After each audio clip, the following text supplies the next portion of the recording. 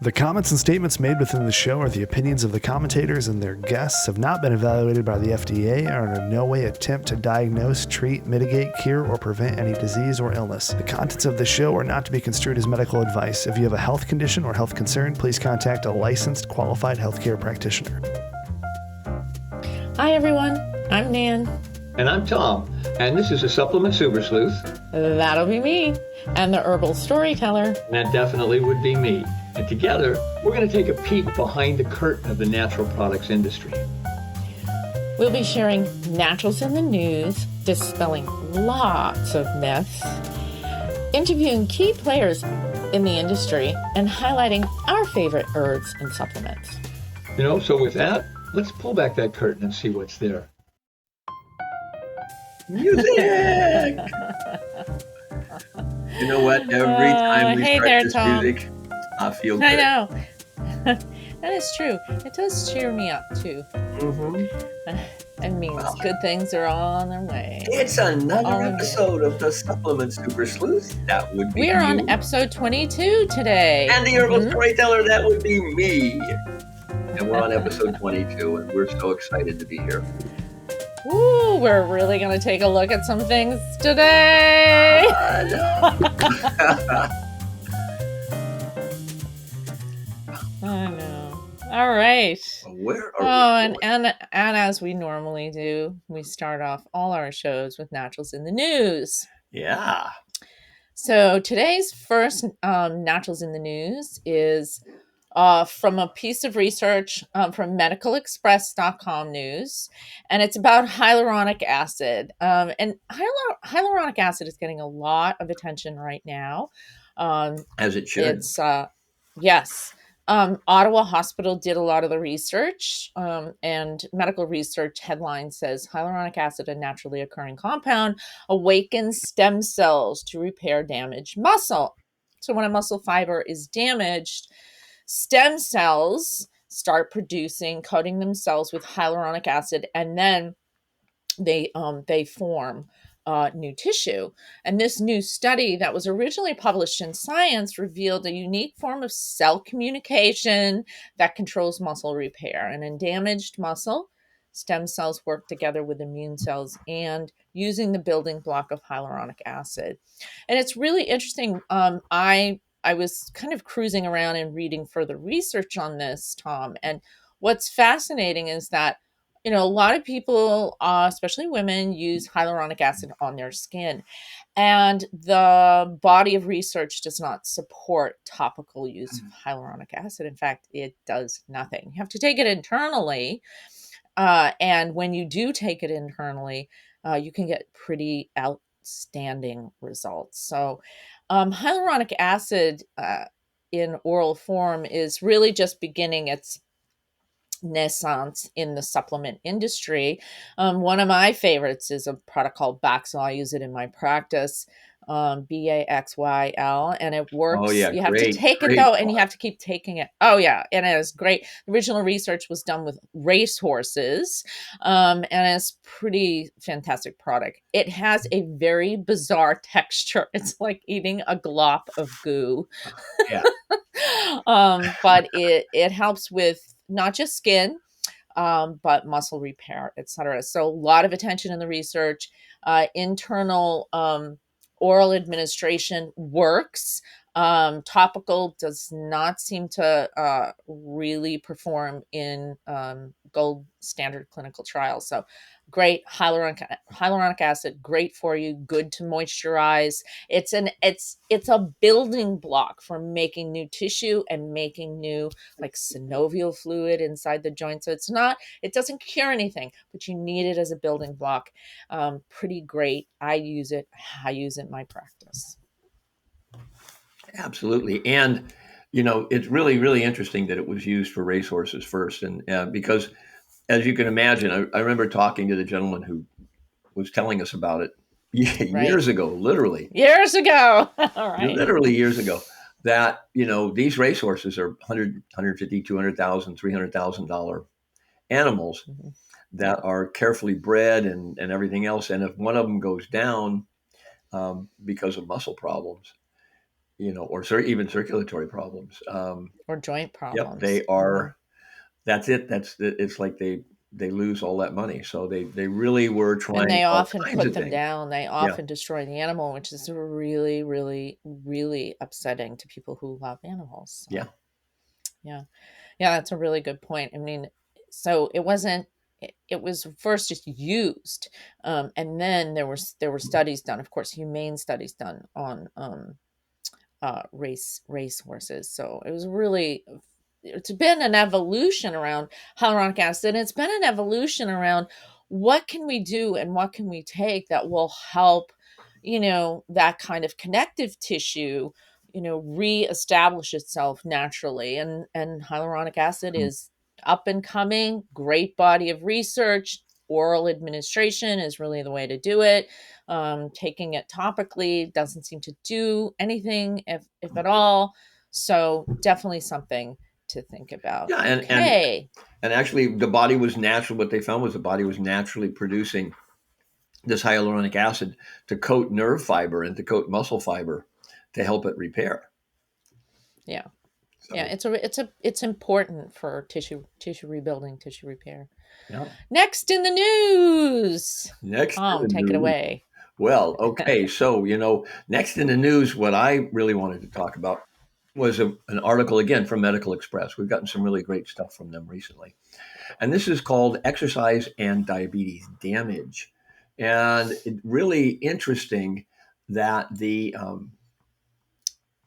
there is new evidence out there that for people with diabetes, one of the things that diabetes does is it destroys circulatory system. It literally destroys the circulatory system, especially in the peripheral. That's why you have things like peripheral neuropathy and peripheral numbness going on with people with diabetes. And what they found is that even moderate exercise, like one 45-minute session a week, is enough to help. And that sounds like a lot to some people who don't exercise. 45 minutes for once a week. Oh my God.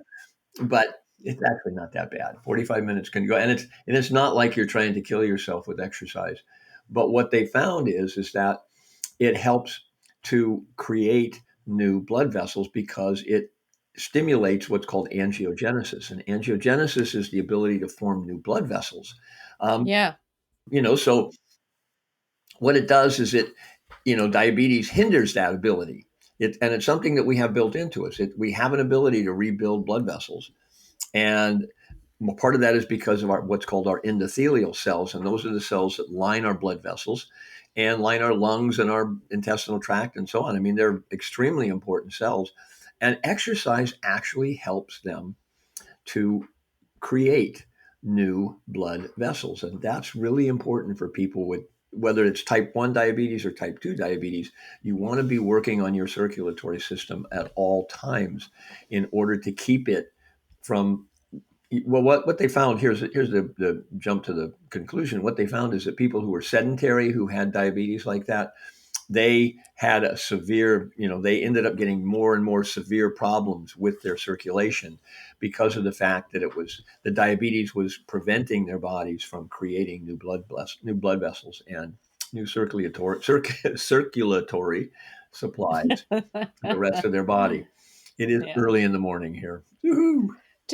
Really, people just get up, go for a walk. And if you can't do a walk, Yes. you find a local, pool that takes good care of the pool, walk in the pool, because that is amazing in itself. That will really help a Oh lot. yeah. And if not, sit on a bicycle, just turn your legs over. You don't have to break records. No. You don't even have to literally break a sweat. You just need to Yeah. move for They 30, called 45 it minutes. moderate intensity. So moderate Yeah. intensity is not breaking a sweat. Moderate intensity is going for a nice happy walk, not a like, not like a funeral dirge walk, but a happy, Yeah. like excited, like I'm walking, I'm standing up straight, I'm doing well. That will Yeah. do amazing things for helping to Yeah. keep your circulatory system much more functional, even in the face of something as damaging as diabetes. Yeah. So next, Naturals in the News headline: Oxytocin may heal the heart. Well, first of all, what is oxytocin? Well, oxytocin is a neurotransmitter. hormone. This is published in Cell and Microbiology. And, the reason what Tom and I really talked a lot about this because women make more oxytocin than men do just naturally because they need to bond with the babies. Now, one of the things that can go wrong with, um, you know, post post delivery is that you don't make enough of this, and then the mommy doesn't bond with the baby, and then there's all different kinds of like depression and issues that goes on. But this neurohormone is really important because we call it the love hormone, and when we mean by love, we mean by bonding love. Okay, a type of feelings of that person is like, I want to be with that person, or that person is primary to me. So, believe it or not, biologists have found is that neurohormone. When we're releasing that hormone, it heals our heart. It is such an interesting conversation. So here in the research, it says that we show that oxytocin, a neuropeptide, also known as the love hormone, is capable of activating heart repair mechanisms in injured hearts. And they do that in zebrafish first. So that was fish, but they did it in cell cultures, then in fish, and now they're moving to see the potential for heart regeneration in humans. This was done at Michigan State University, which is my mom's alma mater, and my grandfather was a faculty there when he was alive. And what's really interesting is that this neuropeptide that we produce from feeling love for someone else, will heal our hearts. So, it's really interesting to me because, you could have an elderly person go in for heart surgery and knowing that they're loved and having people be there and say, I love you, and I'm thinking loving thoughts. That alone Extremely, yeah. is so powerful. That's completely natural. You can generate feelings of love for other people, and you can help them to know that they are loved, and that when they feel loved by another human being, that will heal their heart or help in the healing process of their heart. So not if they need heart surgery, they go and they get heart surgery, but you can help with the healing process just by letting them know that they're loved, and by saying, you are loved, and feel loved. So what an incredible thing to find out that the thoughts that you think can affect an organ. So Tom and I have known that since, hundreds of years ago, it feels like. We've known that because that's a natural thing, But it's thoughts kind of, thinking. it's kind of like that little saying that we used to talk about a lot of times. Many sayings that we've talked about, but one of the things Yes. is that we've said, it's sort of the Chinese paradigm about qi, or energy, where energy flows, that's where health grows. So consciousness is a very palpable form of energy. And Yeah. so you can consciously send energy to people, and that healing energy, that supportive energy, like, I'm here, we love you, we've got your back, we're waiting for you to come out of this surgery successfully. And saying it to someone, Yes. when you say it to someone, they realize they're loved. So they have to produce the love hormone. They have to Yep. feel love. If they don't feel love or feel loved, they won't produce that hormone to help their hearts heal. So I always say there's nothing like saying it out loud. Yep. Maybe like someone that you really have, put your hands on them and say, I love you. That is so powerful because that person will feel loved, and they will produce oxytocin, and it will help their heart heal. Yep. And it's like nothing like it. sort of the paraphrase song lyric, tell those people that you love them every Yeah. day. And a hug, right? Some people love hugs. Some people are like, don't touch me. But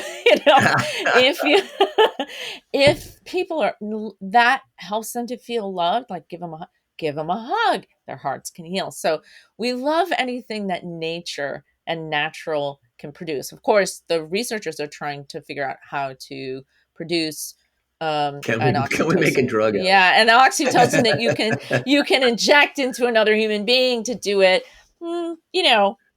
without them feeling loved, because some people just don't feel loved, which is really sad, you know. It does sound strange, though, to think that somebody would become loving about a syringe. Oh, you made me feel so loved. Okay, and last but not least, in the naturals in the news, Tom, take it away. All right. So there is a trial that has been going on in Korea, and this is from the Korean Journal of Internal Medicine, talking about the efficacy and safety of a combination treatment for patients with acute bronchitis. And for us, that's a really important thing because, as you know, we had just a very heavy bronchitis, bronchial challenge with COVID, and still do. Many, many people had major challenges with that.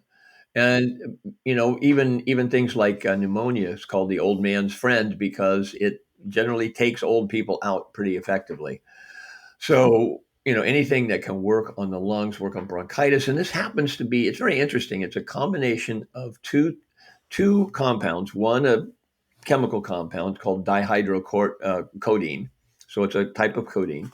And the other is Pelargonium sidodes. And Pelargonium sidodes is a beautiful natural product. It is an African geranium. So it's a member of the geranium family.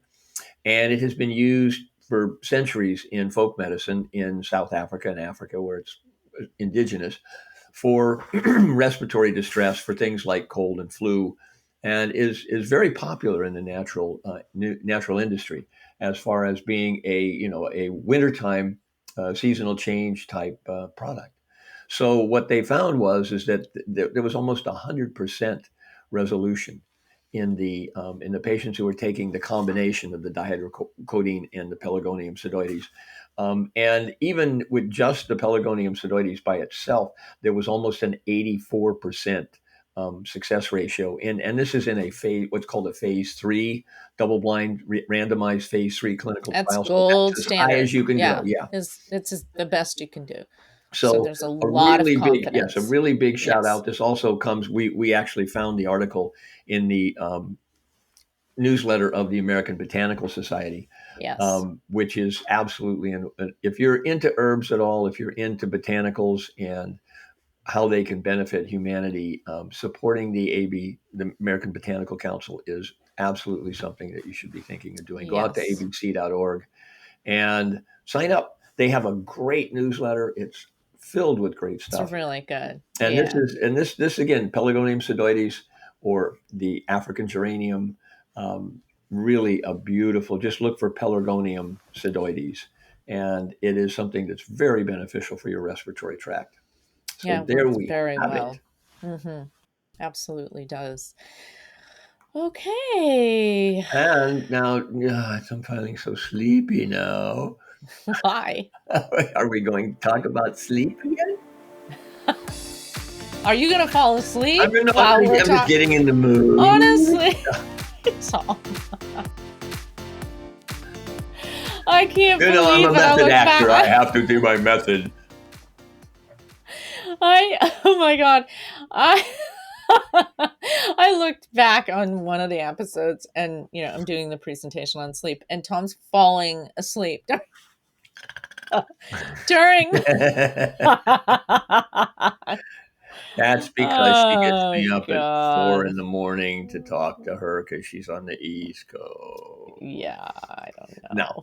No, actually, it's so much fun to do these, and we are so happy to bring you this because this is really important.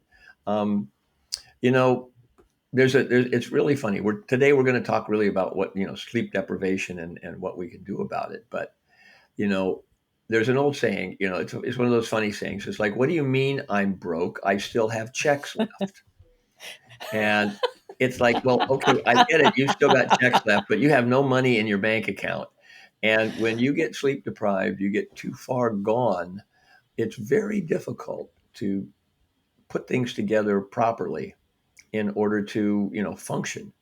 You make little tiny goofy mistakes, or you forget things, or things fall off the wagon and you don't even notice. So, and I have to say, we have 2 other episodes where we talk about, all the research that shows the importance of sleep and how it can affect every part of us, our brain, our metabolism, our endocrine system, everything, our ability to repair and restore Oh yeah. ourselves. And then our second part um, of the sleep triad was really about sleep hygiene and how to do things in your daily life and the things that you need to kind of make habit of to create an atmosphere and a healthy body and a healthy mind in order to prepare for sleep and get a really good night's sleep. People have all kinds of issues in the sleep realm, and we talked about some of that, sleep apnea and blue light and the wrong temperature and eating too late, and we really went through all the reasons why people get or have issues with sleep And one of deprivation the or nice things about what we like to do here is, and the reason that we call Nancy the supplement super sleuth, is because most all of this is supported by scientific research. It's not just our opinion. And there's a right. lot of opinions out there on the internet, but let's support them.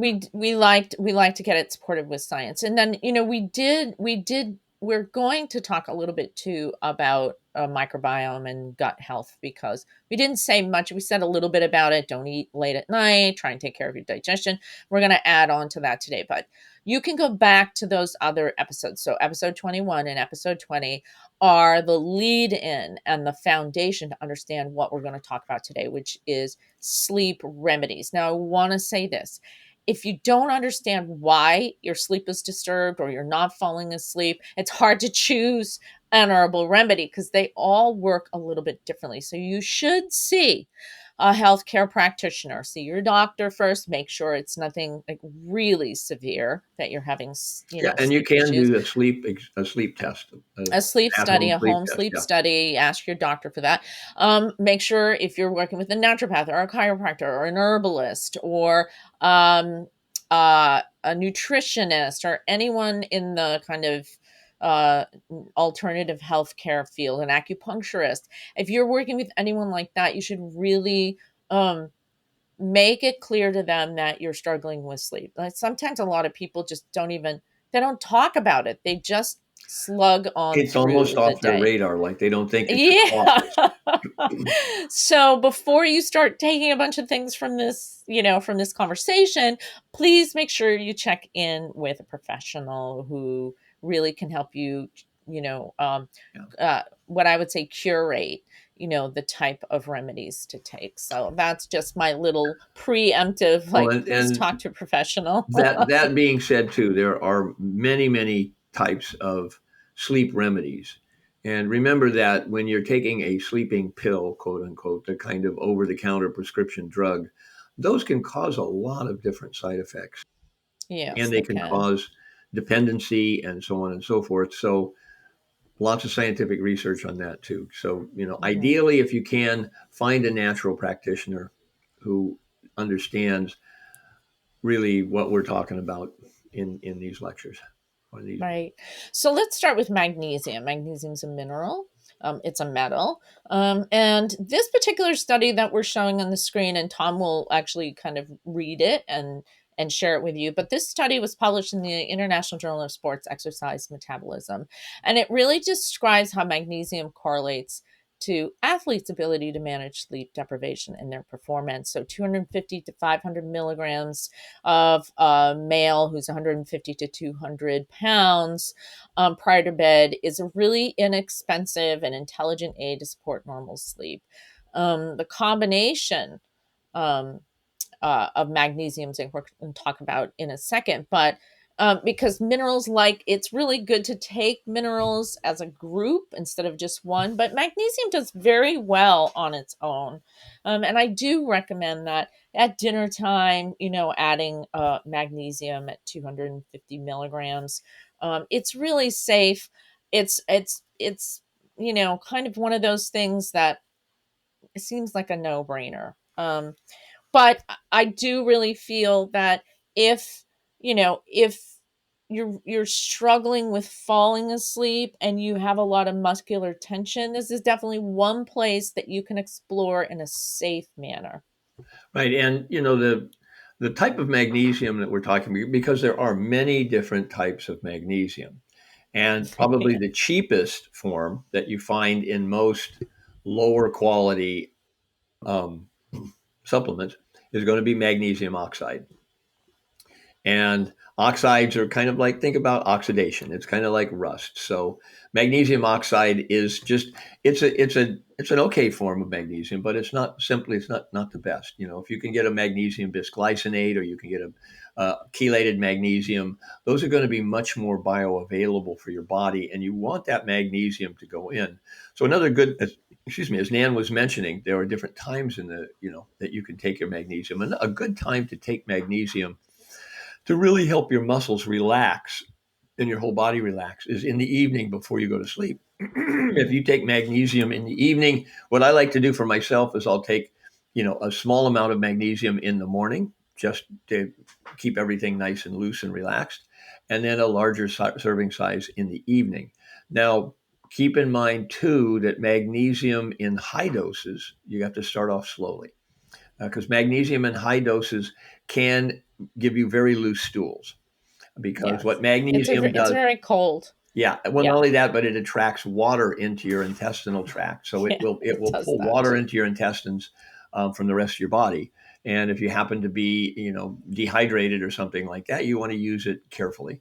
But as you can see in this study, the, you know, literally sleep conditions here were responsible for heart rate issues that were occurring with people who were doing exercise. And they found that the, you know, those who were sleep deprived had much poorer muscle coordination and much poorer heart rate response to the exercise than the people who had adequate sleep. And Yeah. it had to do with the amount of magnesium in their system. So there are, like Tom had started to say, there are different kinds of forms. You're more than welcome to go to my website, dot and I have a little supplement, Super Sleuth, very quick. It's a minute and 20 seconds, kind of educational piece on the different forms of magnesium and what we use them for. So there's magnesium malate, there's magnesium citrate, there's magnesium threonate, there's magnesium oxide. So there's all different kinds of forms of magnesium. And for your muscles, you want to stay in the realm of magnesium citrate or magnesium malate. Okay. So those are really great for relaxing the muscles. They're really great for all skeletal muscle and also the heart muscle itself. So those would be your best forms. Yep. And magnesium really does help your musculature to relax, which is great for circulation and everything else. Right. So the combination of magnesium and zinc, so it's like 250 milligrams of magnesium and 25 micrograms of zinc, were effective in reducing the severity of tender points with fibromyalgia patients in a very well done clinical trial in 2008. There is an association between zinc and tender points. There's also there's also an association between general fatigue and magnesium levels. So for even more advanced issues with your muscles or total body issues with sleep and with relaxation, getting the muscles relaxed enough, you may need more complex formulas that have more than just magnesium. So as I was saying before, sometimes it's just a really good idea to have an overall general mineral that has many minerals, micro and macro minerals. But there's a lot of evidence that focuses on magnesium and zinc together in the clinical research. Very helpful for women. It's instead of calcium, taking magnesium and zinc together, women who really struggle with um, period cramps and issues with overall fatigue and muscle tenderness, muscle points. So and also with headache patterns, different kinds of headache patterns, really great to use together. I find them better together than just magnesium alone. Okay, the next remedy most people have heard today. 10 years ago, when Tom and I, or maybe it's going on Even 15 years yeah, it's ago. I probably think it's 15 almost years close to ago now. 15 years ago when we Yeah. were teaching together out in the industry. Not a lot of people were comfortable with melatonin. They didn't know a lot about it. Now it's everywhere. I see it. I see it in the grocery stores Mm-hmm. too. Mm-hmm. Um, Recent studies and a building off those studies in 2010 um, really established the effectiveness of strategically timed melatonin, and first managing jet lag and circadian rhythm disruption. And circadian rhythm disruption, there's more current research from 2021 and 2022 that says that circadian rhythm disruption is a really bad thing. We don't want that. We want to make sure that we go to sleep at, at the Our same or body close to the likes same routine. time. Yeah. And then wake when the sun is up, go to sleep when the sun goes down, wake when the sun, that's a really important aspect to having really good sleep hygiene. Um, this review dealt with the analysis of therapeutic validity of melatonin in MS patients. The amount of suggested serving for people with melatonin is a little still all over the map, although I see practitioners using as high as 10 milligrams. I also know that some people get pretty crazy dreams when they take melatonin. Especially when they first start taking it. I mean, Yeah, it's something that you need to work up to. But there's also a common misconception that melatonin is a sleep pill that's going to put it's you to sleep. It is not it's going to put you. It's not a sedative. It's not going to put you to it's sleep. not a sedative, right? Right. That's really true. Melatonin is best as time released. A Actually, little bit, little this bit, is a little bit. great study. I really like this Yeah. study. I do too. This has been around since 2010, but it was really the beginning of understanding how to take melatonin in a way that it works throughout the night to keep you going down into your deeper sleep instead of popping up out of REM, into waking stages. Having a little bit of melatonin released, how it would naturally be, would naturally release through most of the night until when the dawn starts. As dawn starts, you do need to come up into the REM cycles and really start processing. The brain starts processing everything from the day before.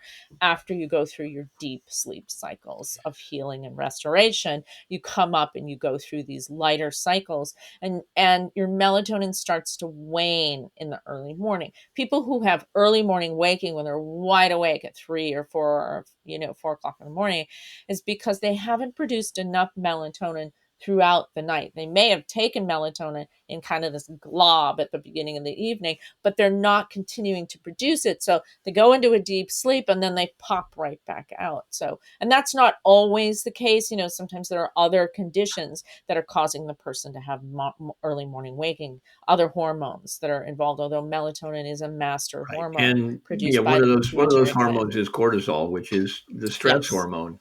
And it's also Yeah. the hormone that wakes us up in the morning. It So wakes us up in the morning. Yeah. now So, what's really interesting about this yeah, study, which I love, is go the ahead. fact that it was done on insomnia patients between the ages Yes. of 18 and 80, and it was done for 6 months. So this isn't like a 15-day trial or a 30-day trial. This is a Right. 6 month trial. And what they found was there was no rebound. So, in other words, when they stopped taking this prolonged release melatonin, it wasn't like they had become addicted to it and now they couldn't go to sleep at all. They were having problems. Nothing like that at all. In fact, there was no withdrawal symptoms. There was no, rebound of, okay, now I'm wide awake in the middle of the night because I'm not taking this melatonin. So it's a very, very safe and that's what doctors are finding now is they're giving melatonin even to even younger children, um, Yes.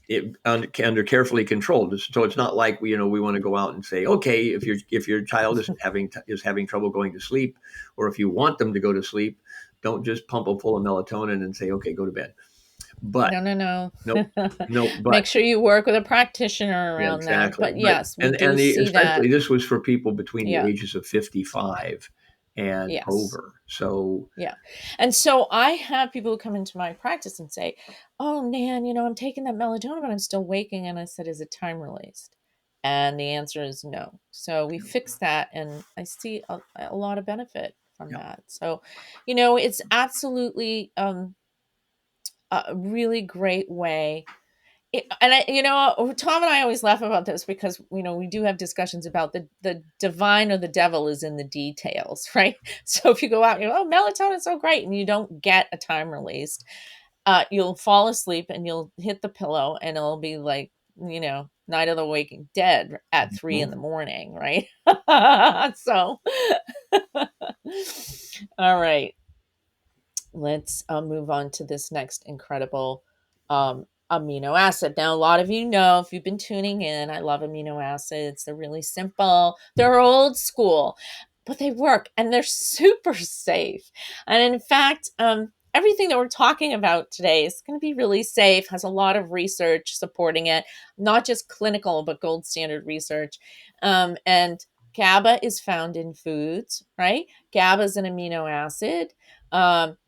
It's able to reduce a hectic mind, the hamster in the wheel in your mind. It creates a great sense of relaxation without feeling sleepy. So it's not a sedative. That's not how it works.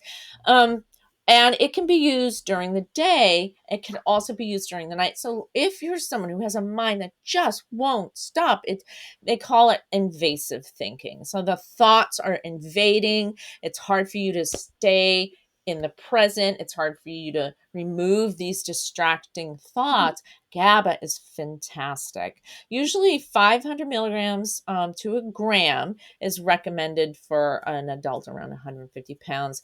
There's definitely evidence showing that up to 3 grams of glycine helps before going to sleep. It may improve what's the quality of your sleep. So some people, they sleep, but then they wake the next day and they say, I don't feel rested. So they're not getting into the deep, deep sleep at the beginning of the sleep pattern. So they're sleeping, but they're not Yeah. dropping into their second and third levels. And glycine is really well known to get you there, get you into those deep, deep sleeps.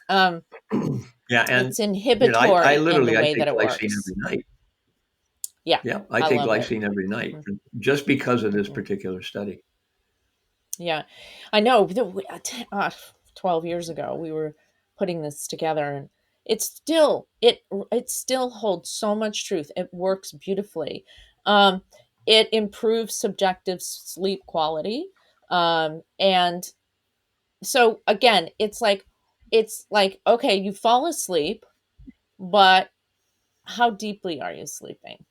And that's the trick. Yeah, We want what to and get you how into a quickly nice can deep you be sleep. brought out of that sleep? Yeah. And I have a tendency for people, I have a tendency to say anywhere from 2 to 3 grams. And I like the powder better. It's easy. It's very digestible. If you take a tablet, your body has to kind of digest the tablet. So the powders are really great. That's what I normally offer to people. So, glycine, easy, simple, safe, old school. L-theanine is Mhm. another amino acid. It's found abundantly in green tea, but you can't drink green tea before you go to bed. Okay. No, Um, there is caffeine in green tea, and if you're very sensitive to caffeine, you'll feel it. yeah. And if you use GABA and L-theanine together, it's very relaxing. You just feel very calm and centered. Journal, the Journal of Menopause, um, actually did a study on L-theanine and GABA together, which I love. I don't have it listed here, but I love that study. For women who are perimenopausal or menopausal, they have a tendency to become more anxious. Their other hormones are starting to wane, and anxiety is really a part of all of that. And using GABA and L-theanine together, even during the day, was very helpful for women in perimenopause and menopause. So, um, beautiful. This study was done in Israel. It was a gold standard study on humans. It was really excellent, tremendous. Oh, this is Okay, another and a good lot one of here. yeah, yes, yeah. So a lot of people talk about menopause. This was also from the Journal of Menopause. This was a gold standard study on a trial for use of valerian for sleep.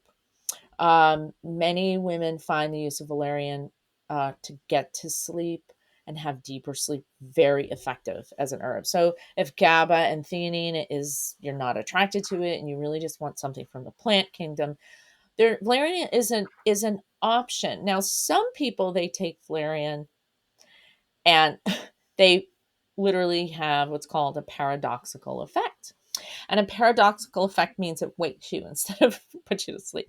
But that generally means that you took too much. So I often say to women, take it as a tea at first. It's a strong sedative without high potency.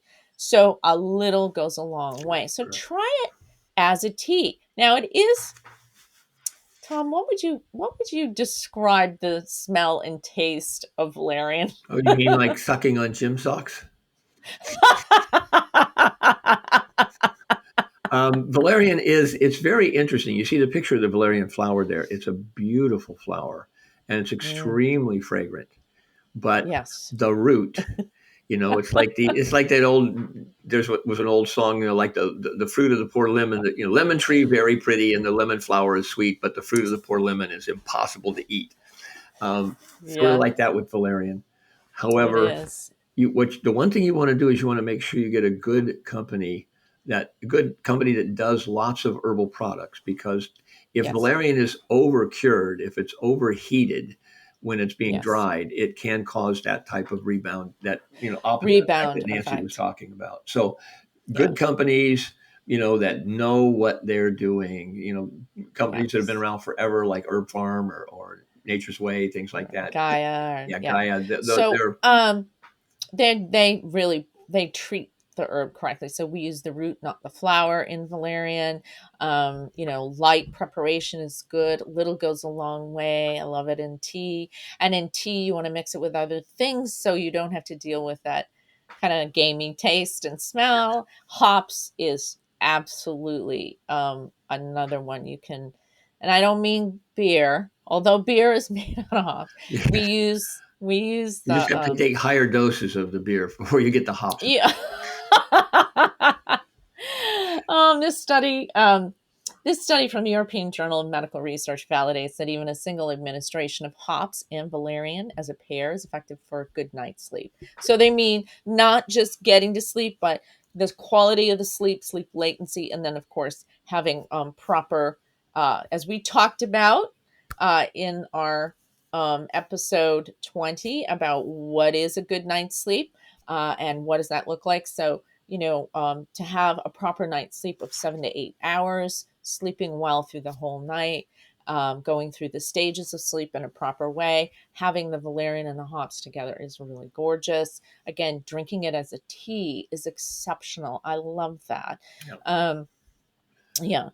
So you can do it just if you're having one of those nights where you're restless, get up, stretch a little bit, go have some tea of hops and valerian, and go back to bed. Can be fantastic. Yep. Absolutely. And then the other herb that I absolutely adore for sleep is chamomile. Chamomile has had exceptional research related to fibromyalgia and sleep disorders that cause pain. So sometimes when your sleep is disrupted over a long period of time, you'll have a lot of pain in the body, and you'll have different kinds of pain syndromes. A significant decrease in sleep latency was observed with 300 milligrams of passion flower and chamomile. So again, this sounds like a formula, doesn't it? Passion flower, chamomile, hops, valerian. Yeah, put them all together and you have something pretty extraordinary, and it won't smell funny. Like the passion flower and chamomile has such a lovely, pleasant odor and taste, and mixing it with hops and valerian, it can be delicious. Now, some people, rare, but it's true, some people have little allergy to chamomile because chamomile is in the goldenrod family. So, my mother, of course, has an allergy to chamomile, of course, right? I mean, she's allergic to everything. So why not chamomile, right? So, but that can happen. It's very rare. But if for some reason you try chamomile and it didn't go well, it's probably why. But you can have passion flower with hops and with and valerian, and those are great together. You can You also can add a little skull cap. You can things like that. So Yeah, those are lovely. Um, you can buy the whole flowers and drink them as a tea, and that's even better than just buying some old tea bag. So I really um, I really think that's great. Tom is a great friend to Albizia. So I'm going to let him speak a little bit about it kind of off the cuff because, yeah.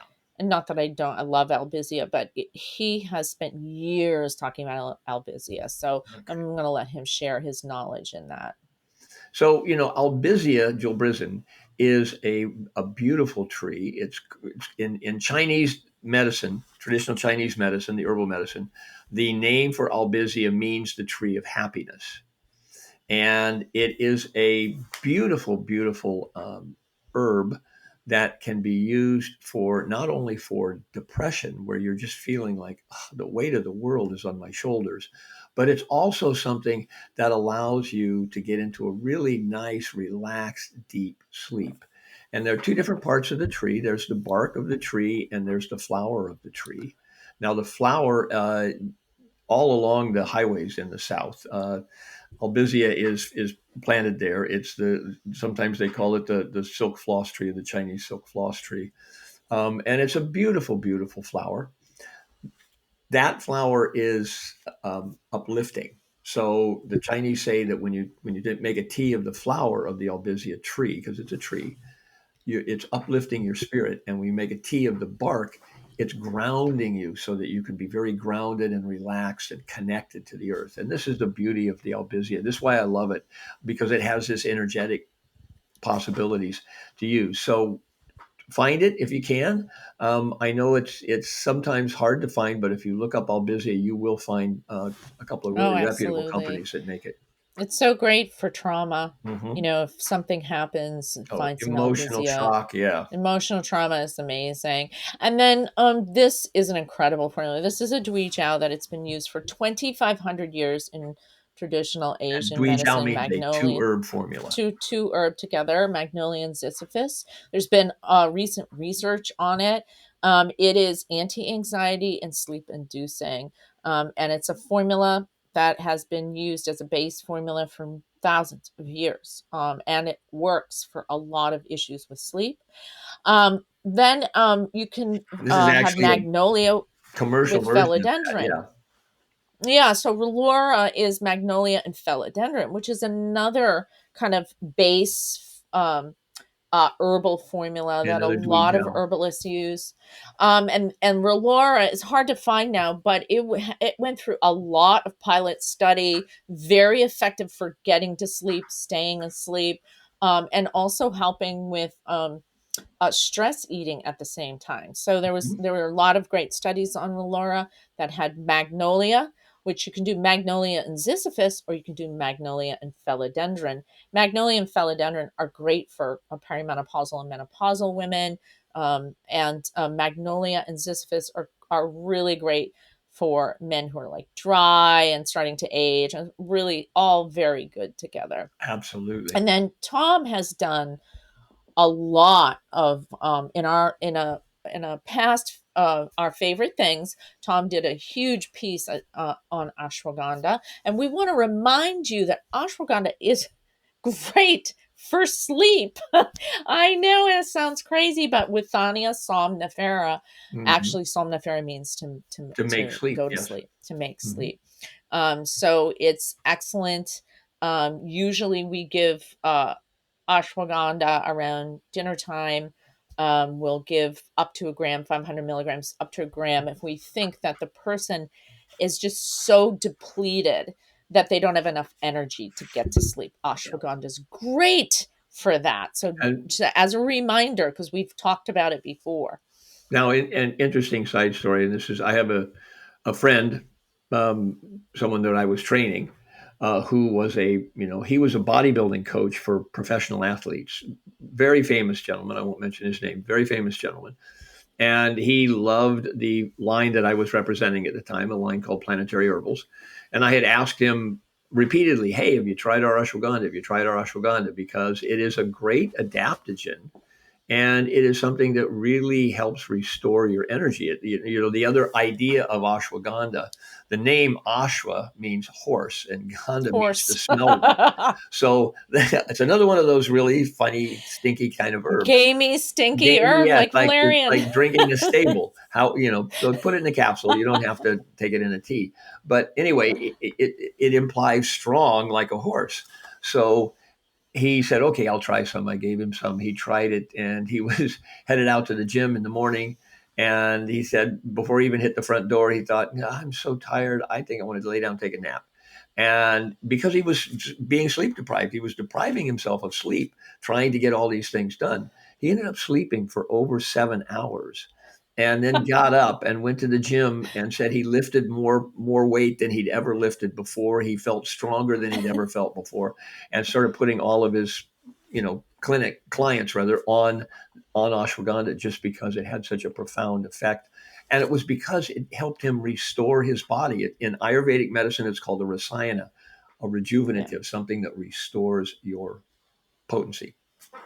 It's so great. And last but not least, we have to remind you that if your belly is off, if your gut is off, and it's been off for a long time, your sleep will be disturbed. There's no way around this. So, and there's a lot of research in the microbiome realm. Microbiome means your beneficial bacteria that kind of live everywhere in your body, but mostly in your gastrointestinal tract, from your mouth all the way to the exit route. Beneficial bacteria and sleep quality. There are 2 bacteria that are now being cited, Bacteroides and Fumicates. Firmicutes. Oh my God, I can't get it out. I'm not even going to try. It's okay. Just think cute and firm. I know. I'm not even acute Cute and firm. Firmicute. These 2 types of bacteria are now being looked at very closely for supporting really good sleep quality, sleep latency, and a proper sleep cycle. We have a long way to go before we say, oh yeah, that's the probiotic supplement to take for good sleep. But Right. I will say this. I think it's really important to find a beneficial bacteria that you're taking. I often tell my clients, take it on an empty stomach before you go to bed. Yeah. And oddly enough, there's brilliance to that, right? Your digestive juices are just chilling out because you're going into parasympathetic and you have good peristalsis, but you're really in rest and restoration mode, hopefully at night.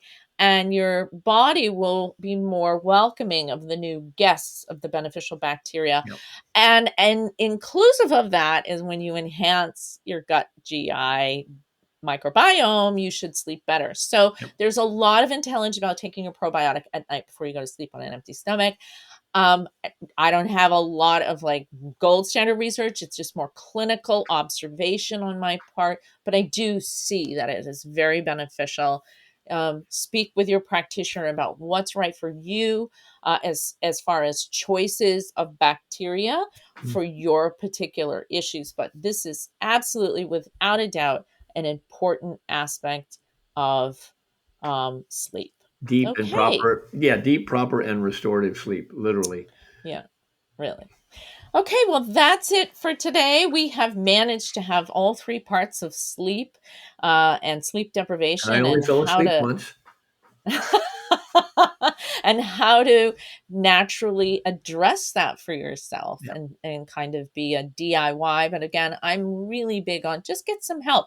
Get help from people who have studied this. Get help from natural health practitioners. Make sure, if you really have disturbed sleep, that you see a physician and have a home sleep study. They don't make you go to these sleep labs anymore. No. Thank God for that. Those are torture. And again, you want somebody. If you can find an alternative practitioner, that's wonderful, because you want somebody who's going to do more than just say, oh, we're going to give you some Ambien, or we're going to give you, Oh, yeah. Yeah. If you can, try not to go that route, because it's a very slippery slope and you become very much almost addicted to taking. Oh, not almost. Ambien is highly addictive. Addictive, yeah. And for some people who aren't sleeping, their physicians will put them on it. And that's up to the physician and the person. That's between you and your doctor. But do try the natural routes. Do the best that you can at first. So. And tune in next episode, because we're going to go back to something that we really love to do. We as you can see, we like these multiple parts. Yes. Presentations, because we can cover a lot and tie it all together. But we also have what we call our favorite thing. Our favorite things. And so we're going to be talking about, Nan's going to be talking about some supplements that are her favorite things, and I'm going to be talking about an herb that's my favorite thing, and we're not going to spoil the surprise. So no, it'll be very good. Okay, everyone, thanks so much for tuning in, and we'll see you in episode 23. Wonderful. Okay, everyone, until next time, I'm Nan.